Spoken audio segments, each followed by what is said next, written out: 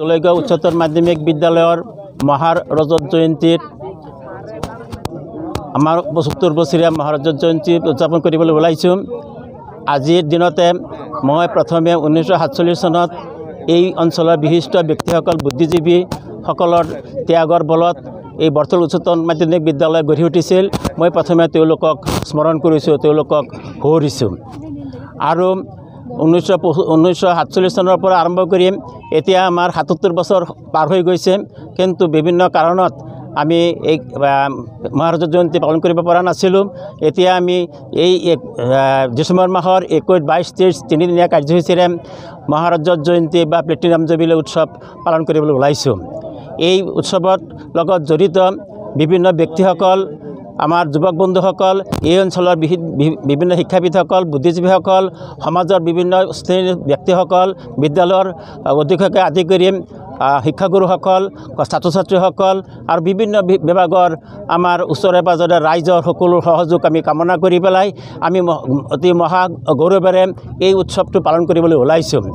মই আমাৰ মহাৰজত জয়ন্তীৰ তৰফৰ উদযাপন সমিতিৰ সভাপতি হিচাপে সকলোকে এই উৎসৱটোত সাফল্যমণ্ডিত কৰিবৰ কাৰণে অহা 21, 22, 23 ডিচেম্বৰত অতি সগৌৰৱে সফল হ'বৰ কাৰণেকে সকলোকে আমি আহ্বান জনাইছোঁ, যাতে সকলোৱে সহায় সুযোগ কৰে, সকলোৱে ইয়াত অংশগ্ৰহণ কৰে আৰু এইটো ধুনীয়া হিচাপে হয়।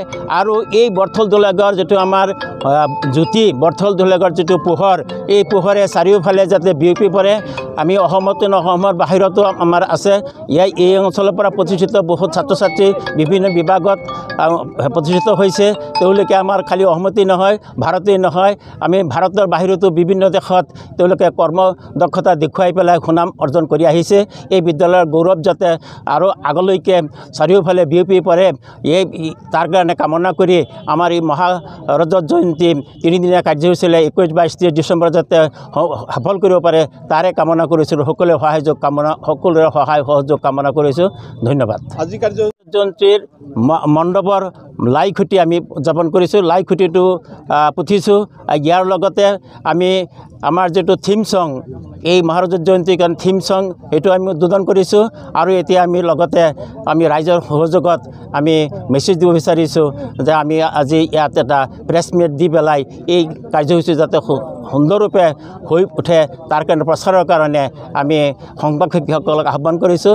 তেওঁলোকে এইটো ধুনীয়াকৈ যাতে প্ৰচাৰ কৰে, এই কাৰ্যসূচী ধুনীয়াকৈ চলাব পাৰি তাৰ কাৰণে আহ্বান জনাইছোঁ। বিদ্যালয়টিৰ প্ৰাক্তন ছাত্ৰ ছাত্ৰীসকলৰ প্ৰতি এটি আহ্বান, যিসকল য'তেই আছে তেওঁলোকক এটি আহ্বান, তেওঁলোকৰ লগত আমি ব্যক্তিগতভাৱে যোগাযোগ কৰিব নোৱাৰিলেও তেওঁলোকে যাতে সগৌৰৱেৰে আমাৰ এই বিদ্যালয়টিৰ এই গৌৰৱ উজ্জ্বল এই উৎসৱত অংশগ্ৰহণ কৰে, আমি তাৰে কামনা কৰিছোঁ।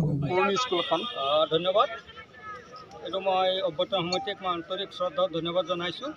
আৰু প্ৰথমতে মই এই বিদ্যালয়খন যিসকল মহান ব্যক্তিসকলে স্থাপন কৰিছিল তেখেতসকলক মই স্মৰণ কৰিছোঁ আৰু তেখেতসকলৰ আত্মগত চিৰশান্তিৰ বাবে কামনা কৰিছোঁ। আৰু আমি সকলোৰে কোঅপাৰেশ্যন বিচাৰিছোঁ। আজি এই মহাৰজত জয়ন্তী উপলক্ষে যি লাই খুঁটা ইয়াৰ পৰা স্থাপন কৰা হৈছে, মই আশা ৰাখিছোঁ এই অঞ্চলত গণ্যমান্য ব্যক্তিসকলে, শিক্ষিতই হওক বা অন্যান্য ৰাইজেই হওক, সকলো সহযোগিতা কৰক। এই নপুৰণিৰ এটা খুব ডাঙৰ এটা মেলাৰ নিচিনা হৈ যাব। সময় মিলাই যাতে আমি কামখিনি কৰিব পাৰোঁ আৰু শিক্ষাৰ পোহৰ যাতে এই অঞ্চলত এই বিদ্যালয়ৰ পৰা আৰু কঢ়িয়াই নিব পাৰে, এই বিদ্যালয়ে যাতে প্ৰতি বছৰে যাতে শক্তিত আগবাঢ়িব পাৰে তাকে আমি কামনা কৰিছোঁ। আৰু সকলোৰে পুনৰ মই আন্তৰিক ধন্যবাদ শ্ৰদ্ধা জনাই সকলোৱে কোঅপাৰেশ্যন কৰক। সকলোৱে ইয়াত লাগত যাতে এই শিক্ষাটো যাতে বিভিন্ন দিশত মানুহে জানিব পাৰে যে বৰথল দলৈগাঁৱৰ নিচিনা এজন হায়াৰ ছেকেণ্ডেৰী আছে আৰু এই হায়াৰ ছেকেণ্ডেৰী খুব গুণগত শিক্ষা হয়। এই শিক্ষাৰ পোহৰত